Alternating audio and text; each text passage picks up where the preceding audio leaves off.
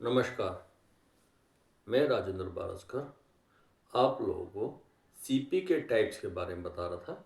उसमें आप लोगों को सेकंड नंबर का जो टाइप्स है डिस्काइनेटिक के बारे में बताने जा रहा हूँ। डिस्काइनेटिक क्या होता है?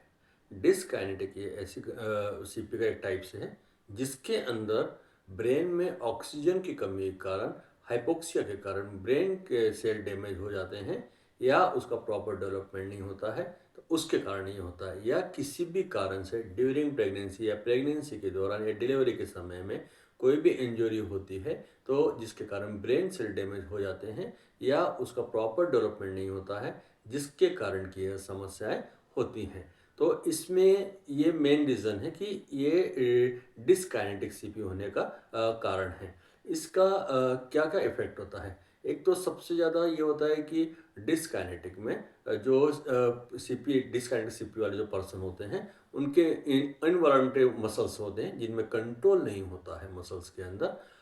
जो जर्क के साथ मूवमेंट होता है, ये एक तो इनमें प्रॉब्लम होती है।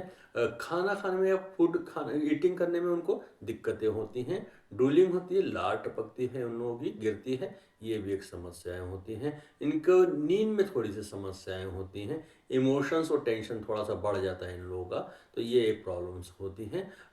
ये मेनली इनको हम लोग ट्रेन करने के लिए हम लोग कर सकते हैं, लेकिन सबसे ज़्यादा प्रॉब्लम है डिस्काइनेटिक वालों के साथ में ये होता है कि इनका मसल्स पे और जॉइंट के ऊपर किसी प्रकार कंट्रोल नहीं हो पाता है।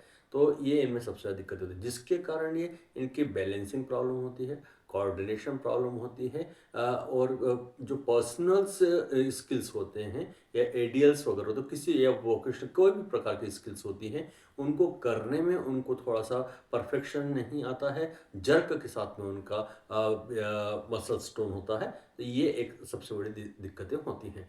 तो हमें सबसे ज़्यादा ये देखना चाहिए कि इन डिसकाइनेटिक वाले सीपी के लिए जो 100 में से 20% सीपी जो टाइप्स होते हैं उनमें देखा गया है।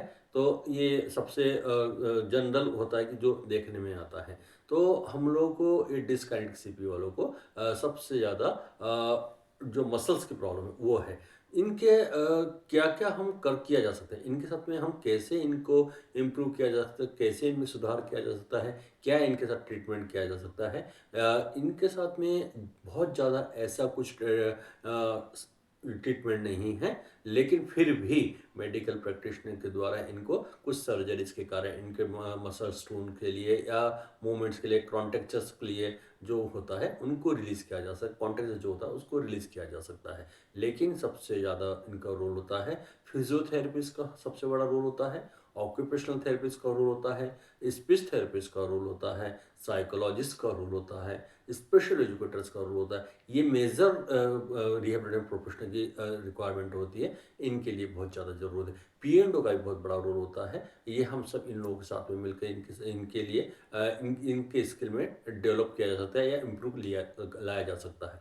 तो सबसे ज़्यादा हमें ये ध्यान रखना पड़ता है कि जो डिसकाइनेटिक सीपी वाले हैं इनको मेनली फिजियोथेरेपी फिजियोथेरेपी फिजियोथेरेपी ही चाहिए, क्योंकि और इनके लिए सबसे ज़्यादा रिक्वायरमेंट है। और कई बार इनके जो इन्वायरमेंट होता है, इनको जो फिजिकल इन्वायरमेंट होता है, तो इनमें बैरियर फ्री इन्वायरमेंट का हमें सबसे ज़्यादा डेवलप करना पड़ता है, क्योंकि सीपी पर्सन को जो इन्वायरमेंट प्रॉब्लम होती है, जो फिजिकल प्रॉब्लम होती है, जहाँ पे इनके एडॉप्टिव इन्वायरमेंट बनाना पड़ता है, जिसके कारण ये लोग अपना अच्छे से मोबिलिटी कर सकते हैं और अपना जो एनवायरनमेंट का यूज़ कर सकते हैं। ये सबसे ज़्यादा ज़रूरी है। तो आप लोगों को ये वीडियो में सबसे ज़्यादा हमें ये बताने की कोशिश कर रहा हूँ कि डिसकाइनेटिक सीपी क्या होता है। तो इसके लिए आप लोग मेरे इस वीडियो को शेयर करेंगे, सब्सक्राइब करेंगे, लाइक करेंगे, कमेंट्स करेंगे, तो मैं और भी बेहतर तरीके से आपको और भी वीडियो